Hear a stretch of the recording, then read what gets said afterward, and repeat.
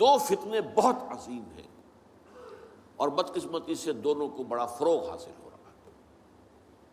اور دونوں کے تعلق حضور صلی اللہ علیہ وسلم کی شخصیت سے۔ ایک ہے ختم نبوت کی مہر توڑنے والا فتنہ، نئی نبوت کا دعویٰ۔ یہ ہمارے اس دور میں کچھ عرصے پہلے ایران میں ایک شخص بہاء اللہ اٹھا، اور بہائی آج بھی دنیا میں موجود ہے اور مسلمان ممالک میں موجود ہیں، اور ان کے جو ہے وہ اپنے دفاتر ہوتے ہیں، ان کے جو ہے لائبریریز ہوتی ہیں، ان کے ریڈنگ رومز ہوتے ہیں، اور ویسٹ میں تو بہت بہاء اللہ بہائی، یہاں تو آپ زیادہ واقف نہیں۔ لیکن اس کے بعد جو بہت بڑا فتنہ اس وقت ہے، جسے مسلسل فروغ حاصل ہو رہا ہے ابھی، اور اسے وہ اپنی صداقت کے دلیل کے طور پر استعمال کر رہے ہیں،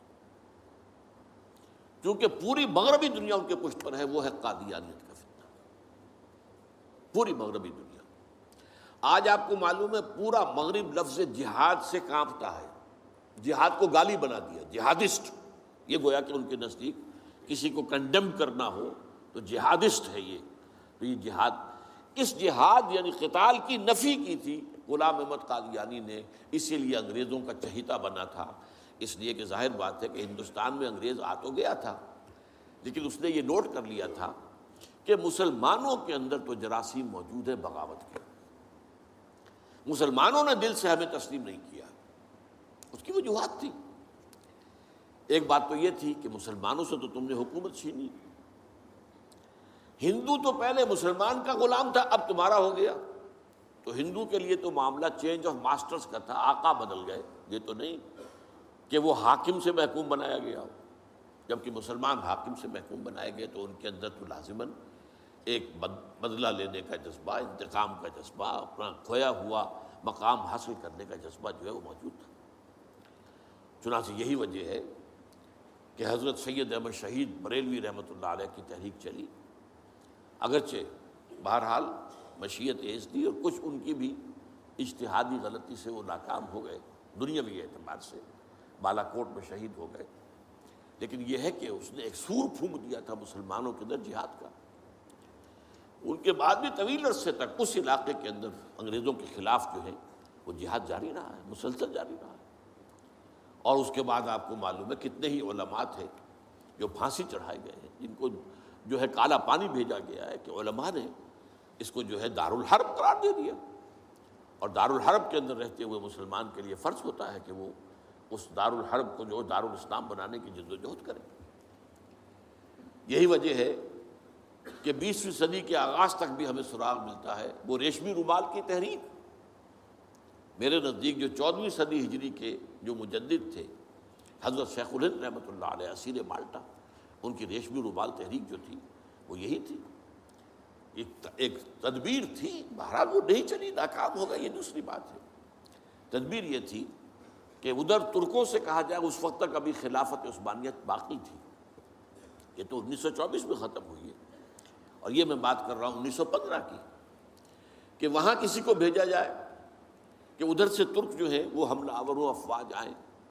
اور ادھر افغانستان بھیجا جائے کسی کو، وہاں سے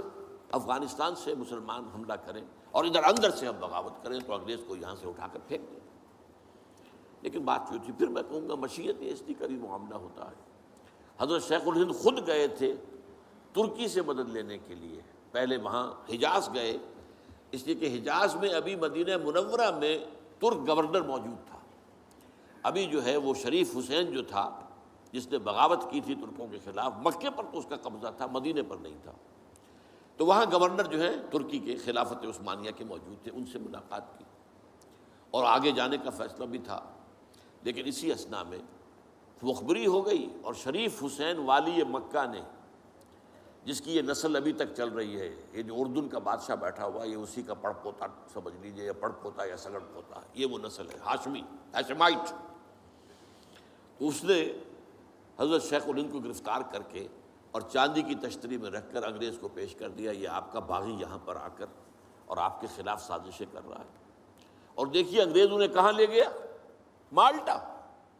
میڈیٹرینین سی کا ایک جزیرہ، بحیرہ روم کا، آخر ہندوستان میں بھی تو واپس لا سکتا تھا، ہندوستان کی کسی جیل میں نہیں۔ اقبال کے نفس سے ہے لالے کی آگ تیز، ایسے غزل سرا کو چمن سے نکال دو۔ تو وہاں رکھا ہے انہیں 4 سال وہاں پر وہ، اور ٹی وی جو ہے وہ اپنی آخری حد کو پہنچی ہے تو چھوڑا ہے کہ ہماری اگر قید کے اندر یہ انتقال ہو گیا ان کا تو پھر طوفان اٹھ جائے گا۔ تو ایک فتنہ تو یہ ہے جو ختم نبوت کا، چونکہ اس قتال کے خلاف فتویٰ دیا تھا، دین کے لیے حرام ہے اب دوستو قتال، قتال فی سبیل اللہ ختم ہو گیا، لہذا انگریزوں نے ان کا چہیتا بنا، ان کے فتنے۔ آج بھی پورا ویسٹ جو ہے، یورپ میں، امریکہ میں، انگلینڈ میں آج کل ان کا مرکز ہے، اور ان کے خطبے جو ہیں اس کے امام جو کہلاتا ہے خلیفہ، وہ آپ کو معلوم ہے کہ وہ سیٹلائٹس کے اوپر جو ہے وہ نشر ہوتا ہے۔ دوسرا فتنہ جو ہے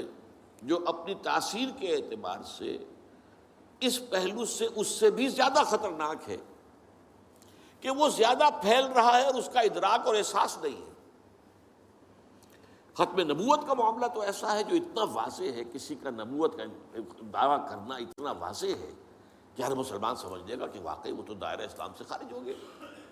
اور جو اسے مانے وہ دائرہ اسلام سے خارج۔ چنانچہ یہ فیصلہ جو ہے ہمارے ہاں آپ کو معلوم ہے سرکاری سطح پر، حکومتی سطح پر، ریاست کی سطح پر، پارلیمنٹ نے طے کیا کہ قادیانی خواہ وہ ربوائی ہے اصل قادیانی، خواہ وہ لاہوری ہے جو لاہوری احمدی اپنے آپ کو کہتے ہیں، وہ دونوں دائرہ اسلام سے خارج ہیں۔ لیکن یہ دوسرا فتنہ وہ ہے کہ جو اندر ہی اندر جیسے دیمک جو ہے لکڑی کو کھا جاتی ہے، ان کا یہ فتنہ ہے انکار حدیث کا فتنہ۔ قرآن مانیں گے، قرآن کو سمجھیں گے، حدیث ہاں ٹھیک ہے، حدیث اپنی جگہ ہے، اس میں اخلاقی تعلیمات جو ہیں ان کو ہم سر سے سینے سے لگائیں گے، لیکن مطاع جو ہے حضور کی ذات صرف اپنے زمانے کے لیے تھی، بعد کے لیے نہیں۔ میں نے جو آج آپ کو آیات سنائی تھی، قل اطیعوا اللہ واطیعوا الرسول، اے نبی کہہ دیجئے اطاعت کرو اللہ کی اور اطاعت کرو رسول کی صلی اللہ علیہ وسلم۔ فَإِن تَوَلَّوْا، پھر اے نبی اگر یہ پیٹھ موڑ لے، فَإِنَّمَا عَلَيْهِ مَا حُمِّلَ وَعَلَيْكُمْ مَا حُمِّلْتُمْ، تو ان سے کہہ دیجئے، انہیں یہ بات بتا دیجئے کہ جو ذمہ داری ہم نے ڈالی اپنے رسول پر وہ اسی کے مسئول ہوں گے، جو ذمہ داری تم پر پڑی ہے اس کے مسئول تم ہوگے۔ وَإِن تُطِيعُوهُ تَهْتَدُوا، اور اگر تم ان کی اطاعت کرو گے تبھی تم ہدایت پر ہوگے۔ دوسرا سورۃ تغابن کی آیت میں نے آپ کو سنائی تھی، وَأَطِيعُوا اللَّهَ وَأَطِيعُوا الرَّسُولَ فَإِن تَوَلَّيْتُمْ فَإِنَّمَا عَلَىٰ رَسُولِنَا الْبَلَاغُ الْمُبِينُ، اطاعت کرو اللہ کی، اطاعت کرو رسول کی صلی اللہ علیہ وسلم۔ پھر اگر تم نے پیٹھ موڑ لی تو جان لو کہ ہمارے رسول پر تو صرف پہنچا دینے کی ذمہ داری تھی، آگے تم مسئول ہو کہ تم تک جو پہنچا دیا گیا تھا پیغام تم نے اسے قبول کیوں نہیں کیا۔ یہ جو اطاعت رسول ہے یہ دائمی ہے، یہ ایسا نہیں ہے کہ صرف حضور اس کے لیے الفاظ استعمال کر دیتے ہیں۔ وہ مرکز ملت اپنے دور میں اپنے زمانے میں مرکز ملت تھے محمد صلی اللہ علیہ وسلم، لہٰذا امیر جماعت کی حیثیت سے، امیر ملت کی حیثیت سے ان کا حکم مانا جانا ضروری تھا۔ لیکن آئندہ تو جو بھی امیر ہوگا، جو بھی مرکز ملت ہوگا، جو بھی حکومت بنے گی، جو بھی مسلمانوں میں حاکم ہوگا، ان کی اطاعت فرض ہے۔ اور یہ فتنہ اس تیزی سے پھیلا ہے، اس تیزی سے پھیلا ہے، اس لیے کہ شریعت کی بہت سی پابندیاں ان لوگوں نے اسی حوالے سے حدیث کو اٹھا کر پھینک دیا۔ پردہ کوئی شے نہیں ہے، کوئی خاص شے نہیں ہے، پردہ جو ہے یہ تو ایک خاص دور کا کلچر تھا بس۔ اب قرآن مجید کی آیات کی جو ہے وہ غلط تعویلیں کر رہے ہیں، ترجمے غلط کر رہے ہیں۔ اب عام آدمی جو ہے، عام جدید تعلیم یافتہ آدمی جو ہے، اسے کہاں عربی کا پتہ ہے، وہ اسے کہاں پتہ چلتا ہے کہ یہ جو آیت کا ترجمہ کیا جا رہا ہے یہ غلط کیا جا رہا ہے، ٹیڑھا کیا جا رہا ہے۔ یہی آیات کے ترجمے میں تحریف قادیانیوں نے کی ہے۔ ان کا ایک عام مبلغ اور ان کے زیر اثر کوئی شخص آئے آپ سے بات کرے، آپ ہکا بکا رہ جائیں گے، وہ آیتوں پر آیتیں پیش کرے گا، لیکن ترجمے اس کے غلط کر رہے ہیں۔ آخر وہی آیتیں ہیں جو 1400 برس تھے مسلمان جو ہیں صحابہ سے لے کر اور ہمارے دور تک علماء پڑھتے آئے ہیں، ان کا ترجمہ انہوں نے کیا۔ تو یہاں پر بھی یہ ہے کہ وہ تعویلیں غلط کرتے ہیں، اور ایسی ایسی تعویلیں کہ ذرا سے بھی عقل اگر ہوتا کیا ہے، انسان کی مت ماری جاتی ہے۔ کسی خاص معاملے میں آپ کسی شخص سے متاثر ہو گئے، اب اس کی ہر بات آپ قبول کرتے جائیں گے، اس پر جو ہے تنقیدی نگاہ نہیں ڈالیں گے، یہ کمزوری ہے۔ چنانچہ ایسی ایسی تعویلیں بھی ہیں کہ یہ قرآن مجید میں جو آیا ہے کہ چور مرد ہو یا عورت ہو ہاتھ کاٹ دیے جائیں، اس کا مطلب ہاتھ کاٹنا نہیں ہے، تو مولویوں نے خام کا غلط بات سمجھی ہے، تو بڑا وحشیانہ فعل ہے۔ اس کا مطلب یہ ہے ہاتھ کاٹ دو، جیسے کہ کبھی والدین کہتے ہیں اپنے بیٹے بیٹے تم نے تو ہمارے ہاتھ کاٹ دیے، یعنی کوئی معاملہ ایسا ہے کہ تم نے ایسی بات کر دی ہے کہ اب ہمارے پاس کچھ نہیں رہا، کوئی چارہ کاری نہیں، تو گویا کہ تم نے ہمارے ہاتھ کاٹ دیے۔ تو ایسا معاشرہ پیدا کر دو کہ چوری کی ضرورت ہی نہ ہو، بس یہ ہے ہاتھ کاٹ دینا، معاذ اللہ۔ حالانکہ قرآن مجید اس کے بعد کہتا ہے جزاء لما کسبا نکالا من اللہ، یہ جو سزا ہے اللہ کی طرف سے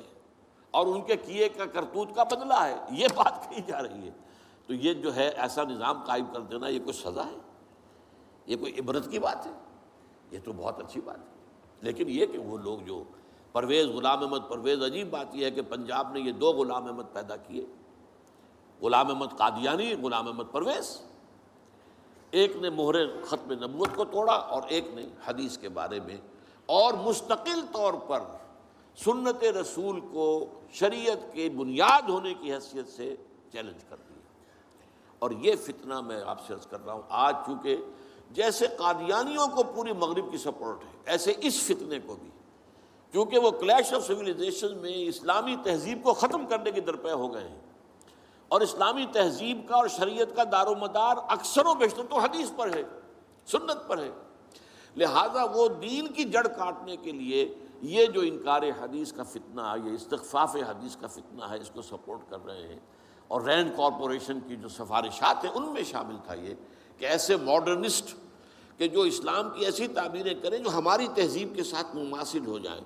تو ان کو سپورٹ کیا جائے، اور انہیں خاص طور پر الیکٹرانک میڈیا پر انہیں ایکسپوجر دیا جائے، اور آج یہ ہو رہا ہے پاکستان میں بڑے پیمانے پر۔ تو یہ جو ہے اس اعتبار سے آج زیادہ ضرورت ہے کہ ہم حدیث نبوی کا مطالعہ کریں، تاکہ اس کی عظمت جو ہے وہ ہمارے دلوں میں جاگزیں ہو جائے، اور حضور صلی اللہ علیہ وسلم کے ساتھ ایک محبت کا اشتوا جو ہے رشتہ مضبوط ہو جائے۔